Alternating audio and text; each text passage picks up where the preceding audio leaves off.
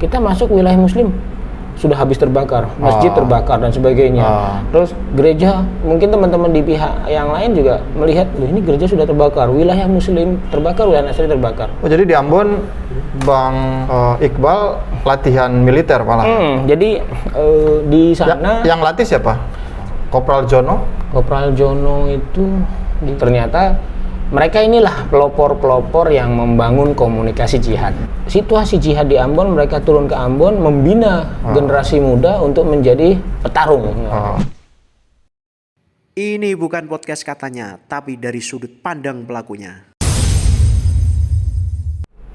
Iqbal Husaini, apa kabar? Assalamualaikum Bang. Waalaikumsalam warahmatullahi Sehat ya? Alhamdulillah. Sehat. Dengan izin Allah sehat selalu. Iya, tetap sehat ya karena lagi pandemi. Kita harus tetap jaga protokol, mematuhi protokol kesehatan. Harus itu, harus. Iya. Terima kasih juga buat para penonton podcast Sudut Pandang karena sudah memberikan kritik dan saran ya. Semoga kita semua juga sehat semua. Nah, kali ini kita buka dulu kali Bang ya. Biar soalnya kita bukan orang terkenal banget ya. Siap. Ini masih saya ya yang di ininya, tapi saya pakai lagi Bang, terserah ya. Misalkan ini karena sudah sehat kok. Dia terakhir dia udah PCR. Jadi sudah aman. Kalau saya ditutup aja. Nah, Bang Iqbal Husaini ini adalah mantan teroris. Dia pernah di penjara 3 kali. Ini juga seru juga, sampai 3 kali di penjara berarti udah khatam nih, udah S3 Bang ya. Pertama jaringan teroris, terlibat jaringan teroris, yang kedua di penjara masih jaringan teroris, yang ketiga itu kepemilikan senjata, tapi nanti kita akan bahas. Bang Iqbal, ini saya baca di media ya, namanya sebenarnya banyak banget.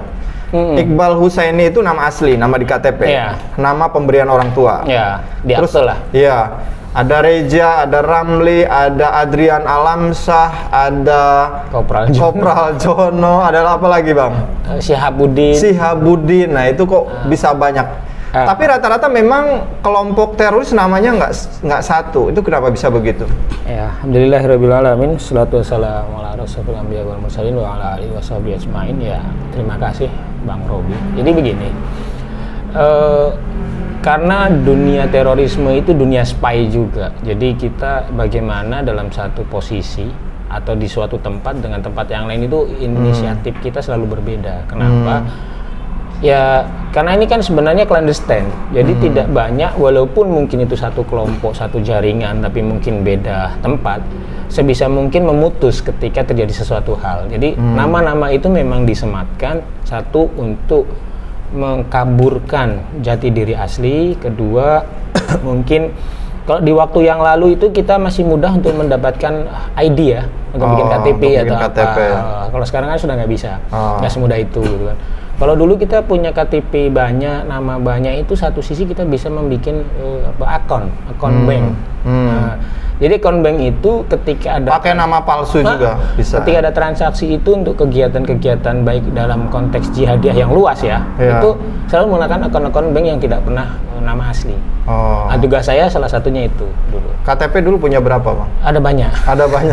Nah itu kan ada nama-nama kayak Reja, Ramli, itu dipakai buat apa? Jadi kan tentu nama itu bukan asal sembarang nama dong, meskipun itu untuk memanipulasi sebagai kelompok-kelompok di rahasia gitu. Iya, jadi awal nama itu ketika kita hijrahkan awal. Jadi dianggapnya ketika terjadi perpindahan suatu tempat itu kita hijrah. Jadi moderator kita atau dulu ideolog kita itu sang pemberi namanya itu memberikan perintah, kamu harus ganti nama supaya nama asli kamu tidak dikenal. Awalnya seperti itu. Jadi nama Reza itu aku udah jarang pakai sebenarnya. Udah jarang.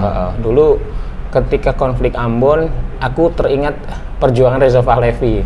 Oh, Reza Pahlavi. Padahal walaupun itu sebenarnya ada tokoh Syiah ya gitu. Cuman aku melihat karisma dan sistem perjuangannya bisa menerobos sistematis gitu sama dia. Aku nggak begitu kenal pada waktu itu apa Syiah, apa itu Ahlussunnah, tidak memahami secara mendalam. sebenarnya ketika saya nama Reza Pahlavi saya dikomplain, oh itu nama Syiah kok kamu pakai nama Syiah ganti nama yang lainnya. Sudah Pahlavinya dibuang, saya pakai Reza waktu itu. Kemudian itu agak lama itu waktu di konflik Ambon. Kemudian ketika saya kembali, saya pernah pakai nama Rafli, saya pernah pakai nama Ramli. Jadi nama Ramli itu ketika kembali ke Jakarta, ketika saya akan masuk dunia pendidikan, waktu itu saya sempat masuk kuliah untuk ambil bahasa. Di situ ada tugas dadakan, tidak berlanjut, ada sebuah kasus bom Bali 1.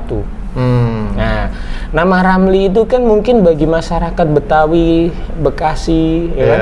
Itu nama-nama yang mudah dikenal karena seolah kayak nama asli Betawi kemungkinan, kan gitu. Jadi gimana saya mencari kebudayaan yang mudah diterima oleh masyarakat setempat, satu dari nama dulu, nama yang tidak asing bagi mereka, dan saya harus bisa mengikuti bahasa-bahasa setempat. Nah, nama Ramli saya pakai. Kemudian karena ada tugas-tugas banyak, mungkin kasus bom Bali dan sebagainya, saya harus mengganti nama lagi kedua gitu. Kalau nama Kopral Jono itu dulu ya sempatlah dipakai. Adrian Alamsah itu pernah saya pakai juga. Itu sempat saya bikinkan account bank juga di beberapa account bank. Tapi saya tidak tahu, habis saya account bank, saya bikin, rekeningnya diambil siapa, ATM-nya dipegang siapa, saya nggak tahu. Dan transaksi di dalam itu pun saya nggak pernah tahu. Nah, tugasnya seperti itu. Kalau Syihabuddin itu nama saya di Filipina ketika saya masuk akademi militer di MILF itu di Filipina selama dari 2002 akhir ya, pasca bom Bali 1 sampai 2005 saya pakai nama Syihabuddin. Kopral Jono? Kopral Jono itu di mana dulu ya? Saya lupa juga itu. Kalau nggak salah komunikasi dengan anak-anak Poso. Karena dulu anak-anak Poso kan banyak juga yang berangkat ke Ambon untuk latihan dasar lah, idatnya ya. Jadi ketika anak-anak Poso itu kalau saya 3 gelombang itu berangkat ke Ambon. Ketika konflik Poso mereka tidak memiliki dasar pelatihan tempat, mereka dikirim ke Ambon untuk bagaimana bisa bertahan, bagaimana bisa memiliki mental juang tapi memiliki skill. Nah, mereka banyak berlatih pada waktu di Ambon era 2000 sampai 2001. Nah, saya pakai nama Kopral Jono. Tahun berapa mulai tertarik jaringan ini? Kalau mungkin awalnya itu kita nggak paham dengan jaringan ini karena dulu itu kan kita tidak pernah dengar kata terorisme ataupun aliran radikal dan sebagainya, tidak. Karena situasi di era tahun 2000-an mungkin sangat mendukung untuk adanya jamur yang tumbuh di musim hujan. Pasca transisi ya? Pasca transisi dari pasca reformasi 97-98 menuju 2000 kan masih dalam konteks mungkin pembentukan perundang-undangan atau sistem pemerintahan sistem yang baru ya. Itu masih banyak celah yang bisa digali kan. Jadi mungkin ada yang lengah, ada yang sigap dan ada yang pernah. Bertepatan ada konflik horizontal di Indonesia Timur pada waktu itu, Maluku. Saya sebagai seorang pemuda muslim melihat banyak kejadian itu baik dari media massa ataupun video-video kan. Banyak dulu film-film itu dijual bebas. Bebas ya. Dan saya banyak memiliki waktu itu melihat ada empati yang timbul dalam diri, apa yang harus bisa saya lakukan sehingga saya bisa membantu kaum muslimin di sana. Dulu direkrut apa di nyari sendiri? CI, Jamaah Islamiyah. Banyak lah di situ kan, karena ternyata mereka inilah pelopor-pelopor yang membangun komunikasi jihad di dulu lewat mana? Jalurnya kan ada banyak jalur tuh. Tim kemanusiaan itu ke. Pertama sih aku lewat Kompak. Kompak ya. Bersama relawan Kompak itu singkatan dari komunikasi. Saya lupa lah pokoknya ada sebuah kelompok dari DDI kan awalnya. Awalnya dari DDI. Jadi saya tahunya itu untuk komite penanggulangan krisis ya. Waktu itu. Jadi kita tidak berpikir adanya sebuah radikalisme di dalam situ. Dan saya juga tidak melihat ada di Dewan Dakwah itu pun tidak ada pemahaman radikal.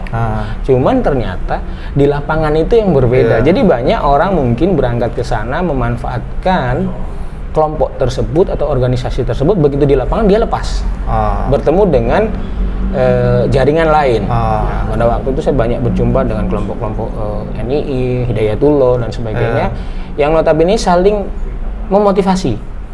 Disitulah saya banyak berjumpa dengan alumni Afgan, alumni Filipina dan alumni lain yang membakar giroh jihad pemuda, apalagi kita umur masih di bawah umur 20, jati diri kita mungkin pengalaman, wacana dan apa ya namanya narasi yang kita terima masih dalam konteks awal lah, karena namanya kita masih baru lulus SMA kan.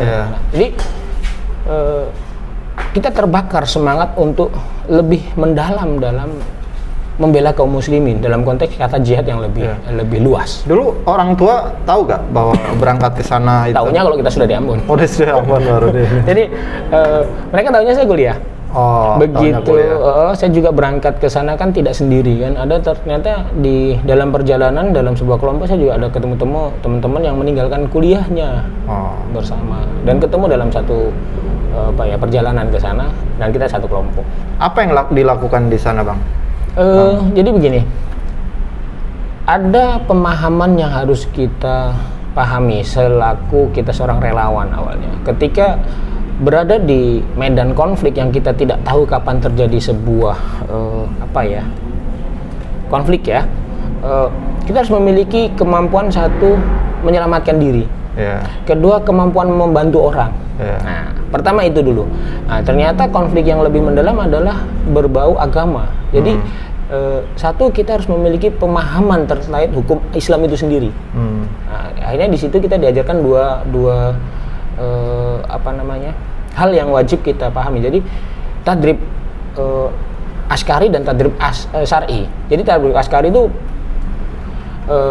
pelatihan dasar kemiliteran, basic dasar, individual stock. Di situ kita diajarkan semua tentang bagaimana prinsip berperang dan komunikasi. Tadinya kan mau memberikan bantuan, tapi kok malah karena kita terjadi perubahan psikologi ketika kita di sana melihat ada mungkin yang teman-teman juga mengalami, wah kita masuk wilayah muslim sudah habis terbakar, masjid terbakar dan sebagainya.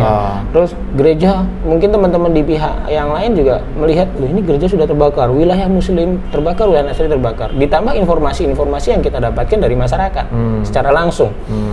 Disitulah akhirnya emosional kita terbangun, wah saya harus membantu kaum muslimin yang lebih dalam supaya jangan sampai ada kaum muslimin baik di wilayah tersebut atau di wilayah lain menjadi korban lanjutan dalam konflik-konflik yang seperti ini. Entah itu konflik atau konspirasi, kita berbicara tidak pada waktu itu seperti itu. Oh, jadi di Ambon Bang Iqbal latihan militer malah. Jadi di sana yang latih siapa?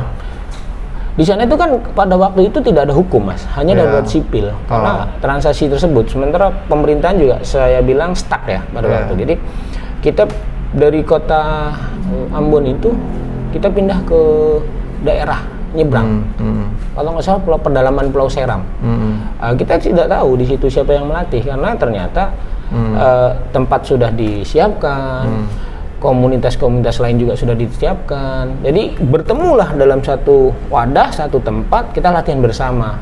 Begitu setelah kembali, mereka kembali ke kelompoknya masing-masing.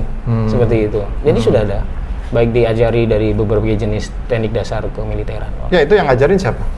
Ada beberapa alumni Afghanistan. Alumni Afghanistan, pelatihan militer di Afghanistan. Yang pernah pulang dari Afghanistan, pulang dari Muru. Pada waktu kan kita namanya juga nggak begitu hafal. Nggak begitu hafal ya. Karena pokoknya mereka yang melatih. Saya mengetahui bahwasanya mereka adalah orang-orang senior yang pernah berjihad di Afghanistan, pernah berjihad di Filipina. Ketika ada situasi jihad di Ambon, mereka turun ke Ambon membina generasi muda untuk menjadi petarung dalam mempertahankan Islam yang ada di Indonesia.